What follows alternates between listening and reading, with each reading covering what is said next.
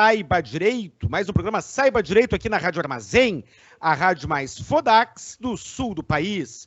O programa de hoje, pessoal, não vai ser um frescobol, vai ser um jogo de tênis, vai ser um jogo de badminton, que é aquele que é mais rápido, porque nós temos muito material sobre direitos da empregada doméstica.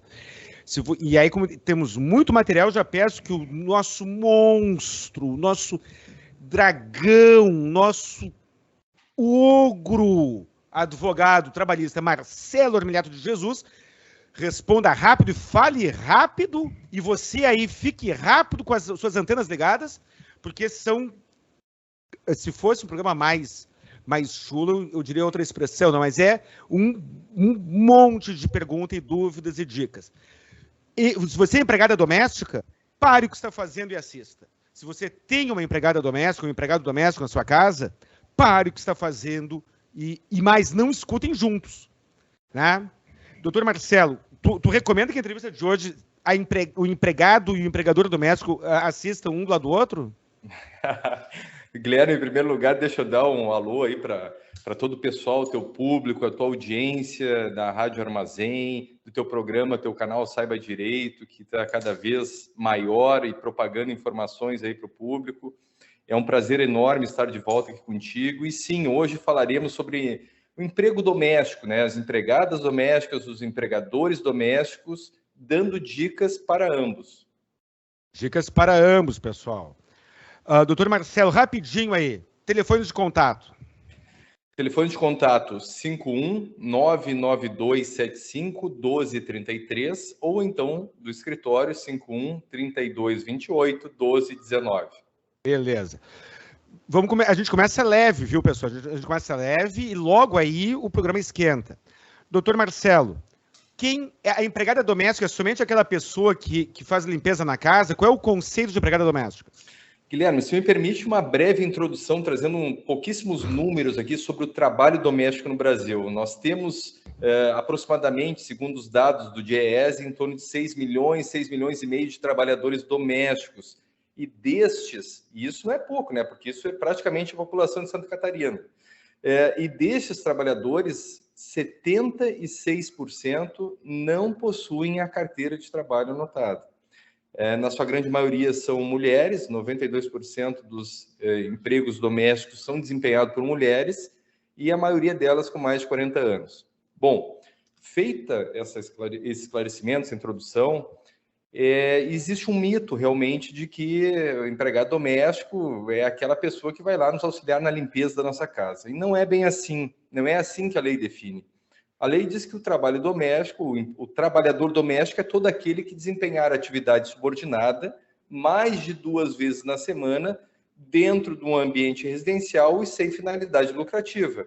E isso abrange muita gente. Tu é um cara rico, né, Marcos? Tu é um cara rico. Não, tu é um cara rico. Se tu comprar um helicóptero e tu tiver um piloto de helicóptero, ele é empregado doméstico teu, não é? Exatamente. Se eu tiver essa oportunidade... O Michael Jackson tinha um médico que morava com ele, atendia ele em casa. Empregado doméstico. Exatamente. O médico pode ser empregado doméstico, o dentista, o motorista particular. Empregado doméstico é enquadramento, não é formação. Se eu tiver um idoso na minha casa com um AVC, Alzheimer, qualquer doença, e contratar um enfermeiro para morar lá, para atendê-lo várias vezes por dia, é empregado doméstico. Exatamente. E, portanto, se aplicaria a esse grupo de trabalhadores, a CLT se aplica apenas subsidiariamente. A regra principal que rege essa categoria é a Lei Complementar 150, lá de 2015. Lei Complementar 150 de 2015, para nossos colegas advogados que queiram dar uma olhada. Marcelo, temos muito material, então eu não quero me ater na questão conceitual.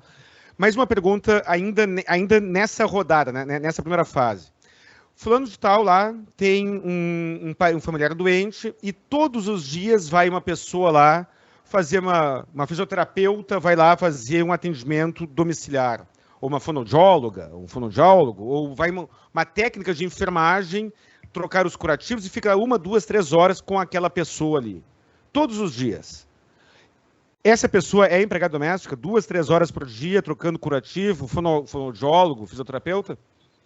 Se for pessoa física, sim. Se a contratação ocorrer mediante uma pessoa física, porque a gente sabe que tem empresas que fazem, né, esse tipo de assessoramento para cuidados de idosos, troca de curativo. Não é isso que eu estou falando. Se eu contratar uma pessoa física, uma fisioterapeuta, para frequentar a minha casa... 2 horas por dia.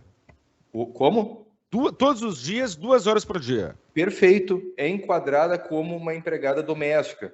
E como é que fica daí, né? 2 horas todos os dias. Tu tá falando todos os dias, segunda a sexta? Que seja, tanto faz. Todos os dias, 2 horas, 5, dá 10 horas por dia. Desculpa, por semana. É possível, nessa hipótese, fazer uma contratação que nós chamamos de tempo parcial.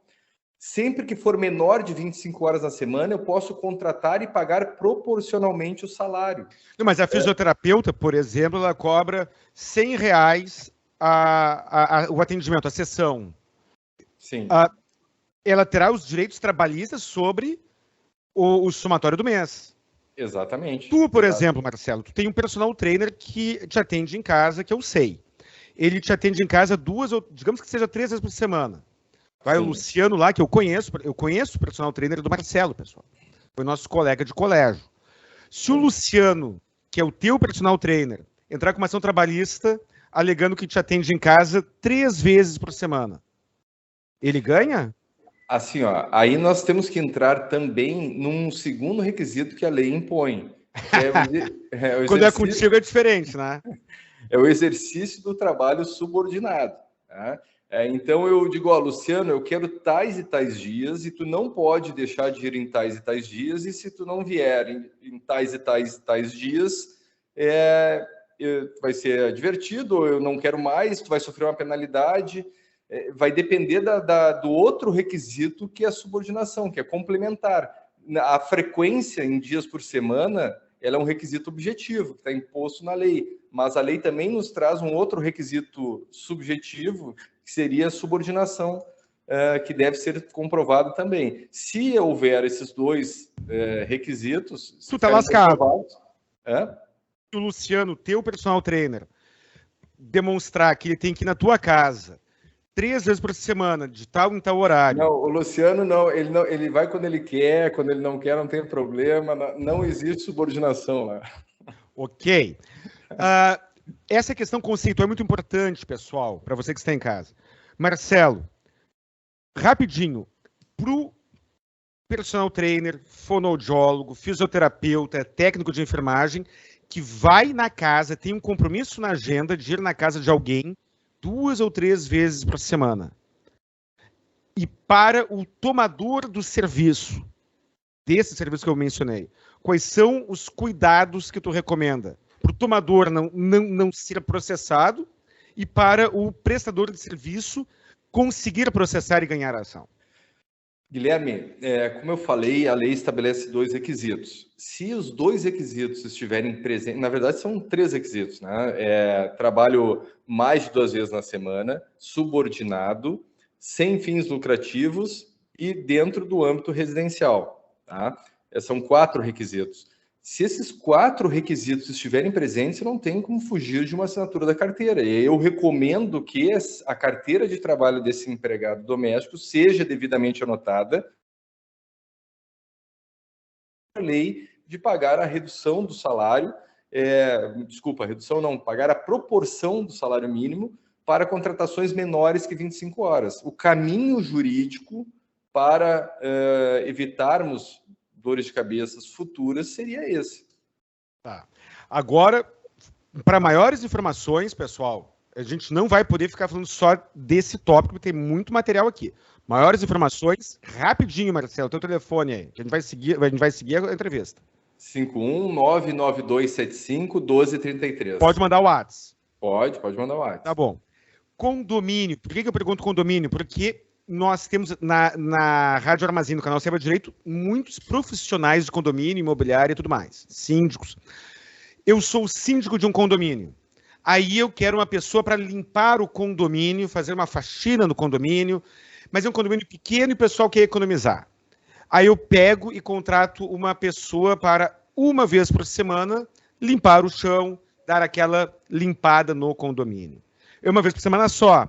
e é um condomínio residencial, como é que funciona? É empregado doméstico? Não, não é empregado doméstico. E sabe, Guilherme, que essa dúvida é uma dúvida bem comum. E eu já vi muitos condomínios tendo problema em relação a isso. Os condomínios imaginam que essa lei complementar 150 se aplica a eles. Não, não existe. O condomínio é considerado uma pessoa jurídica e não existe empregador doméstico pessoa jurídica. O empregador doméstico será sempre uma pessoa física.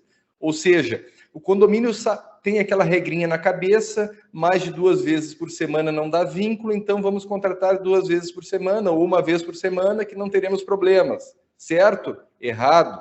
Você que trabalha em condomínios, fazendo a limpeza das áreas comuns, ainda que 1 vez por semana, tem direito à anotação da sua carteira de trabalho. O jardineiro que vai 1 vez por mês cortar a grama e dar uma ajeitada nas plantas do condomínio, 1 vez por mês. Toda primeira segunda-feira do mês, o cara está lá dando uma ajeitada no jardim do condomínio. Eu síndico, se fosse síndico, eu tenho que assinar a carteira dele? Guilherme, assim, 1 vez por mês, porque aí foge, não se aplica a lei complementar 150, se aplica a CLT, né? Porque o condomínio, então, não tem a lei complementar 150. A CLT, um dos requisitos para a relação empregatícia é a não eventualidade. 1 vez por mês, eu considero um trabalho eventual. E aí não teria que assinar a carteira, porque é 1 vez por mês. Agora, toda semana, 1 vez por semana, me parece não ser mais um trabalho não eventual. É um trabalho que ele tem um certo compromisso toda semana, toda segunda-feira, todo dia, tal horário, jornada das 8 da manhã até as, sei lá... Beleza. Desculpa eu te cortar, que a gente aqui, nosso público é ansioso aqui, né? Nosso público é ansioso aqui e exigente e elitizado. Doutor Marcelo, vamos falar de direito trabalhista misturado com previdenciário. Eu tenho uma empregada doméstica de carteira assinada, bonitinha, bacaninha lá me atendendo em casa. Aí ela quebra o pé. Aí ela pega uma doença qualquer e precisa ficar 10 dias. Quebrar o pé acho que ficaria mais, mas ela tem alguma situação que ela fica 10 dias sem poder trabalhar. Eu tenho que ficar pagando o salário dela para ela ficar em casa? Importantíssima pergunta, Guilherme, porque diferentemente do que ocorre com o empregado comum de uma empresa, a empresa ela é obrigada por lei a pagar aqueles 15 primeiros dias de afastamento. Para o trabalho doméstico, isso não existe. O empregador doméstico não é responsável pelo pagamento de absolutamente nenhum dia de atestado da empregada doméstica, do empregado doméstico. O empregado torceu o pé, o empregado doméstico torceu o pé, antes de ir para o hospital, já liga para um 35 para encaminhar o seu auxílio-doença. Exatamente. Claro, o que acontece? Às vezes, é uma gripe ali, tirou o siso, é uma sexta-feira, né? Vai encaminhar, vai dar mais trabalho, encaminhamento, aí o empregador resolve pagar mesmo assim o dia. Doutor Marcelo, eu estou fazendo perguntas, não estou presumindo bom senso. A empregada pegou uma gripe ou arrancou um dente, não é nem um siso. Eu arranquei o siso, fiquei com a cara inchada 3 dias. Ela arrancou um dente comum e precisa ficar um único dia sem trabalhar. Eu sei que estou sendo detalhista, mas este um dia que ela ficou sem trabalhar porque arrancou um dente, quem é que tem a obrigação legal de pagar? O INSS. A obrigação legal é do INSS. O INSS. Se o empregador quiser pagar, é por uma benevolência dele, correto? Correto, uma liberalidade sua. E se o empregado doméstico, quem é que tem que encaminhar o pedido junto ao INSS? Bom, o pedido pode ser encaminhado pelo empregado doméstico, ou pelo próprio empregador, ou até mesmo por terceiros, né? E se ninguém encaminhar? Eu quero falar sobre isso, sobre o terceiro, mas antes assim, se ninguém encaminhar, eu posso descontar do salário da minha empregada aquele 1, 2 dias que ela deixou de trabalhar, porque estava... Pode. Tu não é obrigado a pagar os dias de afastamento, de atestado médico, de empregado doméstico. A obrigação de pagamento é do INSS. Mas muitos empregadores pagam. Ok, muitos empregadores pagam, muita gente passa sinal vermelho também. Mas não é obrigado a fazer o pagamento, a sua obrigação é do INSS. A gente está falando de 1, 2 dias, né? 1, 2 dias. O empregado doméstico arrancou um dente, torceu o pé, aconteceu qualquer coisa do gênero. Ele vai encaminhar o pedido junto ao INSS. Mas no outro dia ele pega e não vai trabalhar pura e simplesmente. 2 dias ele não foi trabalhar e aceita ficar sem receber esses 2 dias ter esses 2 dias descontado. O empregador tem alguma obrigação, alguma providência que deve tomar? Guilherme, eu não sei se eu entendi bem a tua pergunta. Ele está incapaz ou não está? Durante 2 dias. Ele ficou incapaz. Fiquei 2 dias, sou empregado doméstico, fiquei 2 dias sem trabalhar. O empregador precisa tomar alguma providência, precisa tomar alguma providência burocrática? Ficou 2 dias sem trabalhar, sem uma justificativa, pode fazer uma advertência e desconta o salário. Mas ele torceu o pé, ele encaminhou junto ao INSS. O empregador, ele precisa documentar isso junto a algum órgão? Não, mas é importante que ele tenha o recebimento desse atestado médico do trabalhador, para que ele possa, se precavendo no futuro, alegar o seguinte: olha, eu não fiz aquele pagamento naquele dia porque ele me apresentou esse atestado. É o ônus do empregador ter esse documento, esse atestado médico que lhe foi entregue, ter a guarda. Uma questão preventiva, correto? Exato. Tá. Agora, a questão do acidente de trabalho. O empregado doméstico estava prestando serviço na minha casa, escorregou e quebrou o pé.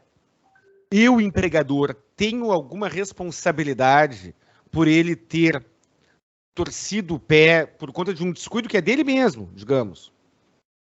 Sim. Guilherme, todo o processo de acidente de trabalho, naturalmente, ele vai passar por uma perícia, um nexo de causa ou não. Existe a figura da culpa recíproca, a culpa exclusiva. Então, são N questões que podem aparecer no processo. Mas... A empregada doméstica estava limpando o chão. Ela deixou o balde ali em cima e ela tropeçou no balde que ela deixou e quebrou o pé. Por exemplo, eu não tenho a menor dúvida, eu mando ela limpar a janela, e aí ela está limpando a janela do lado de fora ali, eu estou vendo e a coisa está acontecendo, ela desmorona do 10º andar. Eu não tenho a menor dúvida que o empregador doméstico será, nesse caso, responsabilizado. E se eu fizer isso quando eu não estiver em casa? Ela está sozinha na minha casa, por conta e risco, vai limpar a janela e desaba. Aí eu acho que se eu não mandei, principalmente se eu não mandei ela utilizar aquele procedimento de limpeza, se pendurando a janela, eu acho que não há culpa nenhuma do empregador doméstico. Agora, se era uma prática, tinha até nos WhatsApp, limpa lá a janela para o lado de fora. Né? O quê? Enfim, a gente começa a entrar em questões mais específicas e tem questões que não tem culpa de ninguém. Ela está descendo a escada e tropeçou, porque ela tropeçou que nem eu já tropecei. Sim. O empregador tem que indenizar? Não.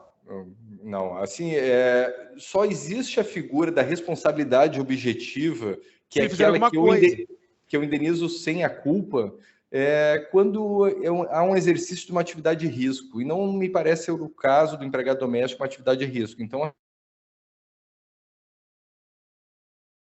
no acidente, às vezes dá uma cortada aqui pela internet, não sei se ficou gravado ou não, então eu vou repetir bem resumidamente, já vamos passar para o outro assunto. A empregada doméstica tropeçou na escada. Ela sofreu um acidente em que o empregador não tem culpa de nada. A escada já estava lá. Ele precisa ou não indenizar? Não precisa indenizar. Não precisa indenizar. O programa está sendo gravado aqui em dezembro, né, período de férias. Mas, é claro, ele ficará gravado e estará à disposição no canal Saiba Direito. Mas vamos lá, doutor Marcelo. Eu tenho uma casa na praia, moro aqui em Porto Alegre e eu pretendo ficar 30 dias ou 15 dias na praia. E eu tenho filhos, eu tenho a minha mãe idosa, eu tenho uma família grande e eu preciso que a minha empregada doméstica vá conosco para nos ajudar. E eu não estou falando das férias dela, não é período de férias dela. Eu posso exigir que ela vá? Não, Guilherme. Essa é uma dúvida bastante comum até. Na realidade, assim, ó, a lei estabelece, inclusive, um adicional de férias para essas Adicional de situações. férias minha. Adicional de férias que tu tens que pagar para a tua empregada caso ela aceite. Mas vamos começar de novo. Ela é obrigada a aceitar? Não. Teoricamente, há uma proposta, há um convite para que ela vá até a praia e ela pode aceitar esse convite ou não. Isso na teoria. Na prática, a gente sabe que normalmente ou ela aceita ou ela não trabalha mais lá. Mas, enfim, uma vez aceito esse convite, naquele período, vamos supor que tu leve ela para trabalhar contigo lá um mês na tua casa em Torres, que tu tem, que aliás é muito bonita e bacana. Ela vai ficar 30 dias contigo lá, ela deverá receber de ti um adicional de 25% na remuneração dela. Isso está fixado na lei e pouca gente observa. Então, já fica uma dica também para você que... Mesmo que seja um final de semana? O adicional, ele é devido durante o período que tu... Na proporção dos dias. Na Se proporção, ficar 4 dias na praia. Os 2 dias, aqueles 2 dias, tu vai ter que pagar com adicional de 25%. O salário é calculado em cima de 30 dias, né? Então, tu aumenta 25% e depois divide pelos 30 dias de novo e multiplica pelos dias que ela trabalhou. Rapidinho aqui, uma continha simples. Eu pago R$2.000 de salário. Tá. Ela vai ficar o mês inteiro na praia comigo. Naquele mês que ela ficou na praia comigo, que não é as férias dela. Sim. Ela receberá, então... R$2.500. 25% a mais. Beleza. E se ela ficar 15 dias na praia? Aí ela vai receber metade disso. Metade disso. 1.125. E durante esses 15 dias ela terá direito ao repouso semanal, tudo mais, tudo igual. Tudo. Como acontecia na minha casa aqui em Porto Alegre. O contrato de trabalho se mantém exatamente igual como acontecia em Porto Alegre. A única coisa que vai mudar é na remuneração dela, que é esse adicional de férias que está previsto expressamente na Lei Complementar 150. Beleza. Doutor Marcelo, eu tenho uma empregada doméstica, vai na minha casa todos os dias, bacana, bonito, legal. Mas eu tenho a minha mãe idosa lá, que está precisando de uma ajuda na casa dela. Eu posso dividir o trabalho, eu posso dizer o seguinte, olha, dona fulana, para minha empregada, segundas, terças e quartas a senhora vem na minha casa. Quintas e sextas a senhora vai na casa da minha mãe, onde ela vai precisar de ajuda para passar roupa, para isso, para aquilo, para aquele outro. Eu pago, mantenho tudo igual sob minha responsabilidade, mais 2 dias por semana. Em vez de ir na minha casa, ela vai na casa da minha mãe. Eu posso exigir isso? Pode, tá? Desde que, obviamente, tu tenha contratado ela para segunda a sexta e aí tu pode jogar com o trabalho dela na casa da tua mãe, na tua casa, durante a semana pode haver essa divisão, digamos assim, de trabalho, desde que sejam respeitadas eventuais horas extras, horas intervalares, não há problema nenhum. Igual como seria na minha casa. Como? Igual horas extras, como seria na minha casa, igual. Exatamente, exatamente. A única coisa também é que às vezes a tua casa é longe da casa da tua mãe, por exemplo, né? Aí tem esse período aí de deslocamento e ela tem uma hora de intervalo. Se tu colocares ela para fazer um intervalo nesse período de deslocamento, talvez possa ter um problema na hora de intervalo dela, né?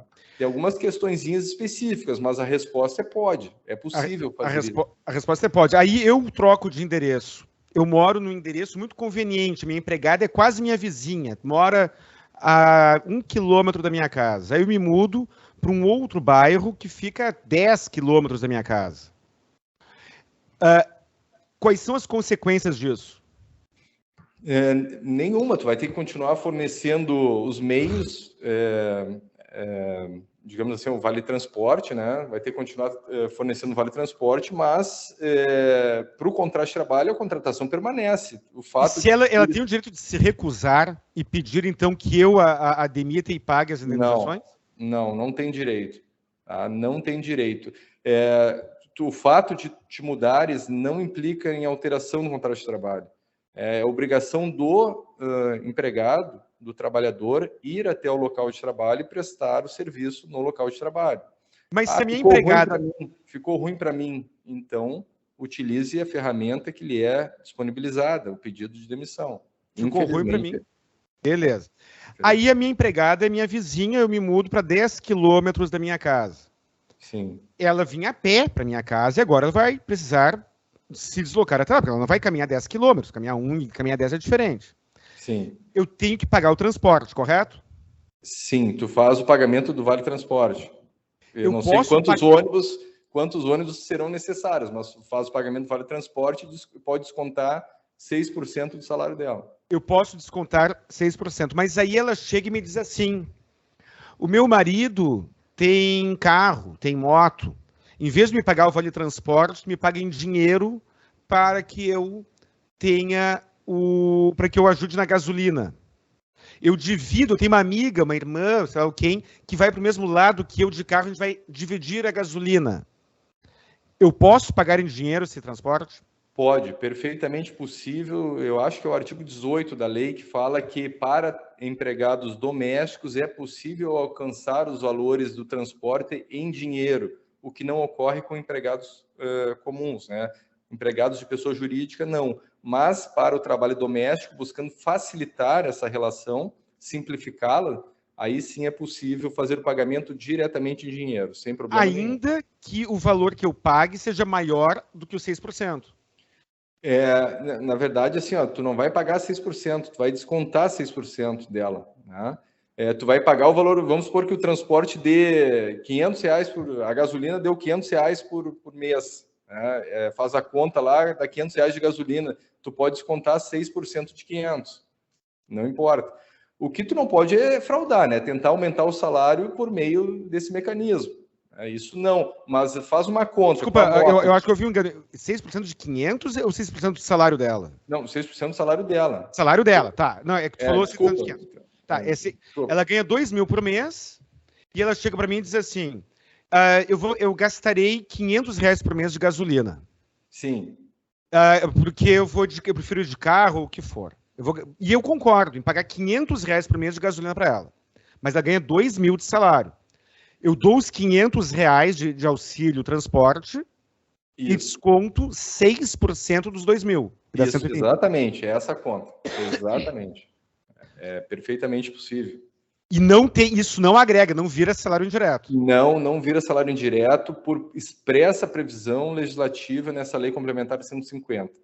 Tá. Como é bom quando o legislador ele impõe regras que são respeitadas, né, Guilherme? São regras objetivas e respeitadas. Intervalo. Tem 2 assuntos aqui que são importantíssimos. Intervalo. Eu tenho na minha casa a necessidade de, como a gente sabe, empregado doméstico não é somente quem limpa, pode ser o cuidador, pode ser o técnico de enfermagem, pode ser quem for. Eu tenho uma pessoa doente na minha casa. Eu tenho filhos, eu tenho quadrigêmeos, digamos, tenho quadrigêmeos e portadores de deficiência, imaginemos, em que eles não podem ficar sozinhos nenhum instante, tem que ter uma supervisão permanente.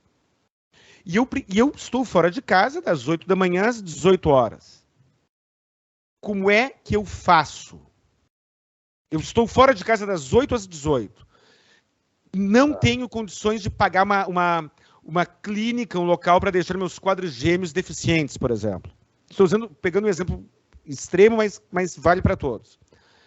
Preciso de alguém das 8 às 18 na minha casa. Não tenho como fugir disso. Como é que eu resolvo isso, doutor? Guilherme, vamos lá. A regra geral, intervalo para domésticas de 1 a 2 horas, podendo, mediante acordo escrito, ser reduzido para 30 minutos. Isso numa jornada de 8 horas diárias. A lei também prevê a escala 12 por 36. Na escala 12 por 36, a lei me autoriza a indenizar o intervalo. E qual é a consequência da lei me permitir a indenização do intervalo? Eu não ter problema com o Ministério Público do Trabalho. Ponto. Tá? Nesse teu exemplo, das 8 às 18, não precisa às 12 horas, tu não vai precisar de alguém das 12 por 36, certo? Então, tu não tem uma proteção legal para indenização do intervalo. Mas, se ela não tiver intervalo, tu deverás fazer o pagamento dessa hora como hora intervalar não gozada, como uma hora extra, com adicional de 50%, e, eventualmente, você pode sofrer uma fiscalização do Ministério do Trabalho e tentar lhe aplicar alguma multa administrativa em relação a essa Dentro situação. da lei é inviável, então, praticamente. Dentro da lei, somente na escala 12/36. Só que na escala 12/36 não te serve. Eu preciso, aí eu tenho que ter quantas pessoas de segunda a sexta, né? Porque eu só preciso de segunda a sexta. Sim. A 12/36, uma portaria de um prédio 24 horas precisa de 4 porteiros, né? Ok, mas eu preciso, na minha casa, é só de segunda a sexta.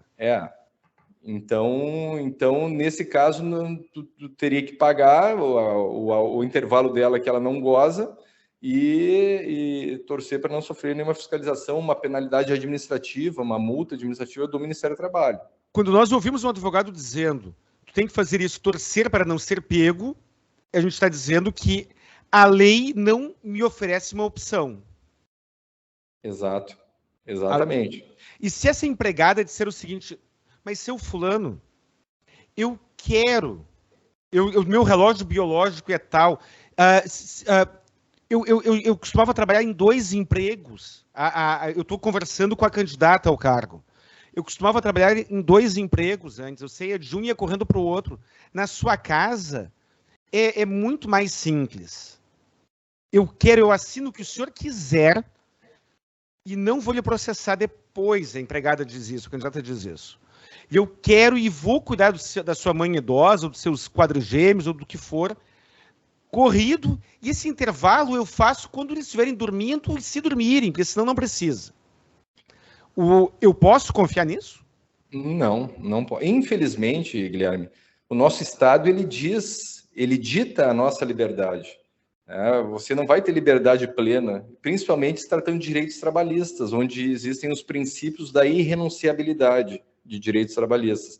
A lei está dizendo que, para domésticas, ela pode reduzir a hora intervalar dela de 1 a 2 horas, ela pode reduzir para 30 minutos, ponto.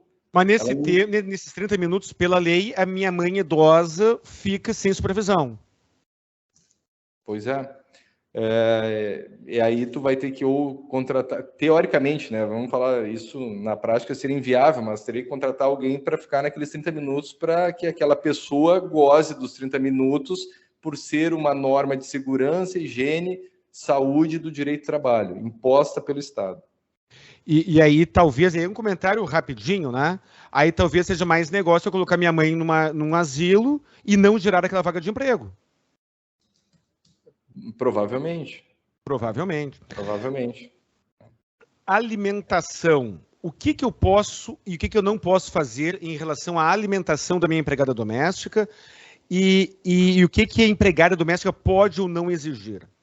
Primeiro, Guilherme, não existe a obrigação do empregador doméstico dar alimentação para a empregada doméstica. Primeira coisa, ele tem a obrigação de dar um intervalo. E aquela pessoa pode sair para almoçar onde ela quiser. Agora, se ela der alimentação, ela dando alimentação, ela não vai poder efetuar nenhum desconto do salário, nem alimentação, nem moradia, nem vestuário. Tem um artigo que eu também não lembro se é o 18 ou 19, que diz exatamente isso. É vedado o desconto do trabalhador doméstico de parcelas decorrentes de alimentação, vestuário, moradia e higiene, se não me engano. Seria, eu jamais, uma pergunta até feia, mas, digamos, eu posso botar um cadeado na geladeira? Eu, empregador, posso botar um cadeado na geladeira para que a minha empregada doméstica fique sem acesso a nenhum tipo de alimentação, além da marmita que ela eventualmente leve? Só perguntinhas fáceis, né, Guilherme? O que é moleza vai em outro canal. No contrato de trabalho, eu devo estabelecer as regras, tá? O contrato de trabalho é muito importante por isso. É no início da relação que tu vai estabelecer, dizer, aqui na minha casa não tem alimentação. Você vai ter um intervalo que será respeitado e aqui na minha casa não admito que comam aqui dentro da minha casa. Ponto. Foi uma regra estabelecida lá no início e, para mim, ok, pode botar um cadeado, pode esconder a tua comida embaixo da cama, num cofre, sei lá. Tá? Agora, se as regras não ficam claras desde o início e aí você permitia que ela se alimentasse. Aí, de uma hora para outra, você altera o seu contrato de trabalho, colocando cadeado na geladeira, aí nós teríamos uma alteração do contrato de trabalho lesiva ao trabalhador. E essa empregada poderá, caso comprove isso, demandar em juízo. Exatamente. Seria um assédio moral, quase, ou não?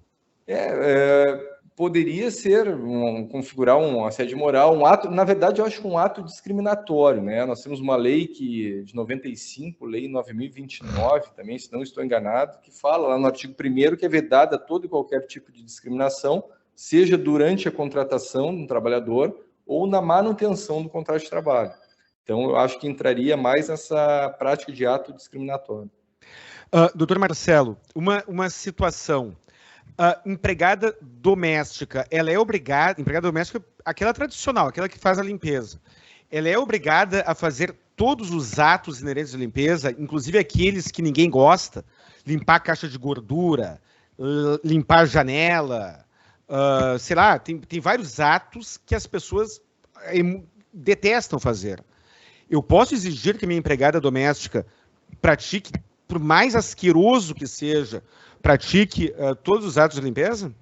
Guilherme, se no teu contrato de trabalho estiver especificado como objeto daquele emprego doméstico a limpeza da tua casa, a resposta é sim. E mais, ela não tem direito ao adicional de insalubridade. Né? Por quê? Porque a Lei Complementar 150, ela conferiu vários direitos aos trabalhadores domésticos, como adicional noturno. Fezes de animais. Eu tenho 3 cachorros ali e alguém tem que recolher as suas fezes. Sim. Ela não pode se negar.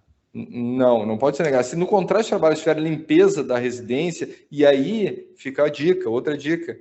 No contrato de trabalho, o ideal é que ele seja o mais completo possível ali naquela parte onde vai descrever as atividades. Mas quando eu contratei a minha empregada, eu não tinha nem filho, nem animais.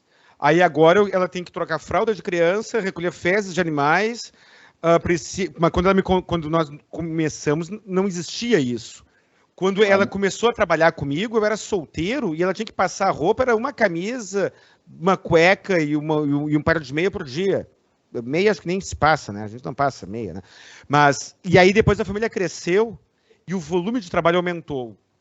Ela tem algum direito sobre isso? É por isso que o contrato de trabalho, ele deve prever situações futuras, né? E um bom advogado vai fazer um contrato de trabalho prevendo já essas situações no início. Tá? Se não estiver previsto lá no contrato de trabalho, e mesmo assim estiver só a limpeza geral da casa, eu penso que sim, todas as atividades compatíveis com a condição pessoal, elas poderão ser desempenhadas. Quando eu contrato alguém, eu contrato as horas de trabalho daquela pessoa, e dentro daquelas horas de trabalho pode haver variações, pequenas variações, desde que compatíveis com a condição pessoal. E, para mim, isso é compatível com a condição pessoal dela. Eu tinha perguntado agora há pouco sobre as férias do empregador. Férias do empregado. 2 perguntas, já faço as 2. Primeiro, é possível fracionar? 3 perguntas, desculpa. É possível fracionar? É possível vender? E terceira pergunta, quem decide a data das férias? Tá. Quem decide a data das férias? É o empregador. É possível fracionar? Sim. Em 2 vezes. Veja bem, aqui temos uma diferença da CLT comum. Na CLT comum é 3 vezes, 3 períodos de fracionamento. No trabalho doméstico, apenas 2 períodos. E quem decide se deve haver ou não fracionamento... 2 períodos iguais ou pode ser 20 dias agora e 10 dias no meio do ano? Um no mínimo de 14 dias. Tá? Um no mínimo de 14 dias. Quem decide o fracionamento das férias? Para o trabalhador doméstico, quem decide o fracionamento é o empregador. Eu decido, olha, eu quero que esse ano as tuas férias sejam fracionadas, um período de 14 e o outro de 16, ou 14 e 16. Eu decido, empregador. No trabalhador comum, via CLT, quem decide o fracionamento é o empregado. É o empregado que diz, olha, eu quero fracionar, não quero tirar os 30 dias, eu quero um período de 14, o outro de 8 e o outro de 8. Com qual antecedência eu posso avisar a minha empregada doméstica sobre isso? 30 dias de antecedência. Eu posso chegar para ela e dizer o seguinte, ó, nós estamos aqui no dia 1º de dezembro, está sendo gravado aqui no dia 1º de dezembro, eu posso dizer o seguinte, olha, do dia 15 até o dia 30 de janeiro, tu vai tirar férias, e depois do dia tal ao dia tal. Exatamente. É necessário esse período, o respeito ao período de antecedência, né, até para efeito de programação da pessoa. E os feriados? Eu posso pensar o seguinte, bom, já que eu tenho carnaval, eu vou colocar as férias, vou programar as férias do meu empregado, da minha empregada doméstica, de modo que já abranja o carnaval. Depois tem as festas de final de anos, e aí tem 2 feriados ali, 24 e 31, 25 e dia 1º, já coloco os outros 15 dias ali para matar esses 2 períodos ali, para eu economizar feriados. Posso fazer isso? Pode, é muito comum, nós fazemos isso no nosso escritório, inclusive, mais em função do recesso, eu acho, né? O recesso, o próprio Poder Judiciário faz isso, aproveita ali aquele período de Natal, Ano Novo, né? E concede o recesso ali naquele período. É o que nós fazemos aqui também, e é possível, sim, sem problema nenhum. E aí a minha empregada, eu ouvi ela comentando que ela conseguiu marcar uma cirurgia pelo SUS, que essa cirurgia acontecerá, ela vai fazer uma cirurgia tal pelo SUS, que acontecerá em tal data. E eu já sei disso, ela me contou, porque eu descobri, por fofoca, não interessa. Aí eu chego e digo, fulana, as tuas férias serão de 20 dias, 15 dias, em tal período, que é justamente aquele período da cirurgia dela. Eu posso fazer isso ou ela pode dizer não? Nesse período as férias é para descanso, não é para me recuperar de uma cirurgia. Posso fazer isso? Guilherme, essa pergunta aí, acho que dá para fazer um programa inteiro. A gente vai depender de várias questões subjetivas. Se o teu propósito foi penalizá-la, né, talvez seja um ato, talvez não, me parece que tu estarias praticando um ato ilícito de perseguição, alguma coisa nesse sentido. Se foi por acaso que isso aconteceu, não vejo problema nenhum, né? Foi um acaso, aconteceu, está marcada, tu não vai precisar desmarcar em função da cirurgia dela. Lembrando que o INSS é que paga aqueles dias, eu não teria nenhuma vantagem financeira, eu teria uma vantagem logística, né? Exatamente. E ela teria uma desvantagem, né, teoricamente, descansando ela vai estar igual, mas não vai estar podendo ter o lazer, né, passear com a família, enfim. Mas então vai depender muito de questões subjetivas aí nessa tua pergunta, Guilherme. Eu não tenho uma resposta clara e objetiva para te dar. Aí, Marcelo, eu vou fazer uma cirurgia, eu sofri um acidente, eu vou receber minha família lá de não sei de onde, e eu quero uma empregada doméstica por 1 mês, durante 2 meses. Tem algum direito a mais, ou a empregada tem algum direito a mais ou a menos? Tem alguma regra específica para isso? O artigo 4º da Lei Complementar 150, se não me engano, no parágrafo 1º, fala da contratação por necessidade transitória. Então, é possível nessas circunstâncias, né? Ou eu já tenho uma empregada doméstica e ela está grávida, por exemplo, está em licença maternidade, eu posso contratar uma substituta, eu posso contratar alguém por um período temporário, determinado, e a consequência dessa contratação é que essa trabalhadora substituta, ela não terá direito ao aviso prévio e tampouco a multa de 40% do fundo de garantia. Ela não tem esses 2 direitos quando encerrado aquele período de substituição. É uma possibilidade expressamente prevista nessa Lei Complementar 150. Eu entendi, só voltando. Eu tenho uma empregada, ela engravidou e está afastada pela gravidez. Contrato uma pessoa somente durante a licença da minha empregada anterior, que é um ótimo exemplo. Sim. Rapidinho, já falou mais uma vez, quais são os direitos que ela não tem?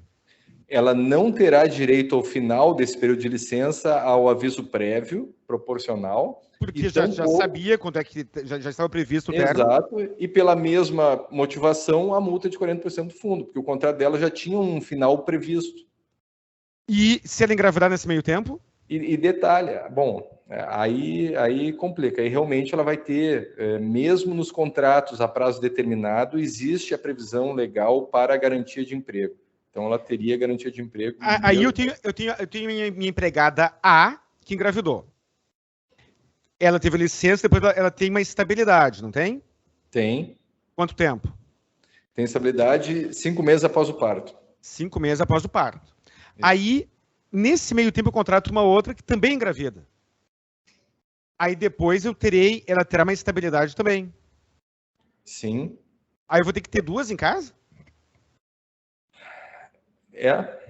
Tu vai ter que manter as 2. Tu pode deixar fazer uma outra função, uma vai cozinhar, uma vai talvez. Eu posso emprestar para minha mãe também? Emprestar para tua mãe, mas as 2 têm a garantia de emprego. Nesse caso, as 2 teriam a garantia de emprego, ou seja, tu não poderia despedi-las durante aquele período. E se eu não tiver dinheiro para pagar o salário das 2, porque afinal de contas eu ganho 4 mil por mês e pago 2 de salário para empregado, digamos. Bom, aí tu pode tentar um acordo extrajudicial, né, pagando parcelado. A lei não me protege para isso. Não. A lei não me protege. Não me protege. Tem algo que a pessoa possa fazer, neste caso, dentro... Eu não estou sugerindo aquilo. Não, então contrata só pessoa idosa ou só homem. Eu não estou sugerindo isso. Tem algo dentro da lei que o empregador possa fazer para reduzir esse risco, uma vez que ele não tem culpa que a criatura engravidou, não tem dinheiro para pagar 2 empregadas? Não, Guilherme. Qualquer redução de risco, ela necessariamente, né, não sei se necessariamente, mas ela talvez chegasse à prática de um ato discriminatório. Eu não tenho como sustentar atos discriminatórios aqui. Dentro da lei não tem o que se faz. Não temos o que fazer. Infelizmente, esse é um caso, é um exemplo que eu vou ter que, de repente, se as 2 têm garantia de emprego, e a garantia de emprego é um direito previsto lá no ato das disposições constitucionais transitórias, né, ou está na Constituição, eu não tenho que fazer. Trabalho noturno. Eu tenho uma empregada doméstica e aí, eventualmente, eu preciso que ela fique até... Eu quero trocar. Eventualmente, por caso... Eu sou médico, por exemplo. Sou médico. E de vez em quando estou de sobreaviso, de vez em quando acontece alguma coisa. Aí, eventualmente, eu preciso que ela fique em casa cuidando do meu filho. Ou seja, quais são os cuidados que eu tenho que ter no trabalho noturno eventual e no trabalho noturno não eventual? Eu, empregador. O trabalho noturno, desde a Lei Complementar 150, ou seja, desde 2015, ele incorporou, esse direito foi incorporado aos trabalhadores domésticos. Então, todo aquele trabalhador doméstico que desempenhar suas atividades das 22 horas de um dia até as 5 horas da manhã de outro, ele deverá receber o adicional noturno, que é de 20%. É o mesmo valor dos trabalhadores urbanos, seja eventual ou não. O importa é aquelas horas que ele trabalhou. Vai ser feito um cálculo de horas. Trabalhou tantas horas em horário noturno, deverá receber aquelas horas com adicional de 20%. Se eu tenho uma babá, uma empregada, e aí me convidam para um casamento, para uma festa noturna, tu recomenda que eu contrate uma outra pessoa para cuidar dos meus filhos durante aquela noite? Ou eu posso contratar e pagar como se fosse uma outra pessoa, a mesma pessoa que os meus filhos já conhecem? Desculpa, Guilherme, mas, tu tem uma empregada doméstica que tu chamou de babá, é isso? Babá de segunda a sexta durante o dia. Tá. Aí alguém me convida no dia, ela fique mais tempo até de noite. Aí me convidam para um casamento. Sim. Que é de noite. A maioria dos casamentos é à noite. Sim. E eu tenho a opção de contratar uma outra pessoa para cuidar dos meus filhos à noite, ou eu tenho a opção de contratar a mesma pessoa que trabalha na minha casa naquela noite. Tem alguma recomendação nesse sentido? Eu contrataria a mesma pessoa. Eu contrataria não, porque ela já está contratada. Eu pediria que ela ficasse até mais tarde, e esse até mais tarde eu calcularia as horas extras e horas noturnas, com adicional de 20%. Pagaria no mesmo contra-cheque. Pagaria no mesmo contra-cheque, sem problema. Sem problemas. E ainda que isso aconteça de maneira habitual. Toda sexta-feira eu tenho que trabalhar à noite, a mesma coisa. Sim, a mesma coisa, sem problema nenhum. Paga. O problema é ter uma jornada em excesso sem a correspondente remuneração, e o problema é trabalhar em período noturno sem o pagamento. Esse é o problema. Esses são os problemas. Última pergunta, doutor Marcelo. A anotação do horário de trabalho na carteira. O empregador tem a obrigação de anotar? Pode flexibilizar? Não pode? Como deve proceder quando há uma oscilação da necessidade? Essa pergunta é importantíssima, porque parece uma contradição, né? Nas empresas com até 20 empregados, não há uma necessidade de controle de jornada, nenhuma, não precisa anotar. Agora, para o trabalho doméstico, existe um artigo que diz expressamente isso. É obrigatório o registro da jornada de trabalho do trabalhador doméstico por qualquer meio idôneo, seja ele manual, ou seja, pode ser um papel escrito a caneta, mecânico ou eletrônico. Isso é um dever do empregador, e se não for cumprido esse dever do empregador, dará ao trabalhador a possibilidade de ingressar com uma ação trabalhista dizendo que trabalhava 24 horas por dia na sua casa, e você terá que comprovar o contrário. O ônus da prova passa a ser do empregador. A minha empregada vai trabalhar das 8 ao meio-dia, da 1 às 5 da tarde. Eu tenho que colocar isso, eu tenho que anotar isso. Exatamente, e veja bem, a lei traz essa burocracia. Compre um livro numerado lá, folha 1, 2, 3, e peça para ela mesma anotar a caneta, isso já é suficiente. Tá? Aí Pode falar. De preferência com os horários reais, né? Não aquela jornada britânica. Aí ela, em vez de chegar às 8, chegou às 8h30. E aí ela vai compensar, em vez de sair às 5, sai às 5h30. Porque ela chegou mais tarde. Aí no outro dia, ela tem que ela tem um compromisso às 5 da tarde, então ela pede para chegar às 7 e sair mais cedo, sair às 4. Tem algum problema nisso? Nenhum problema, né? A compensação de horário, ela deveria partir do empregador, né? Ó, eu hoje preciso que tu chegue mais cedo, eu hoje preciso que tu saia um pouquinho mais tarde. Mas, se para ti isso não for um problema, se para o empregador isso não for um problema, ok. Tem é muito comum essa conversa entre empregadores domésticos e empregados domésticos, que é, o trabalho acabou, vou para casa. Aí foi contratado das 8 ao meio-dia, da 1 às 5.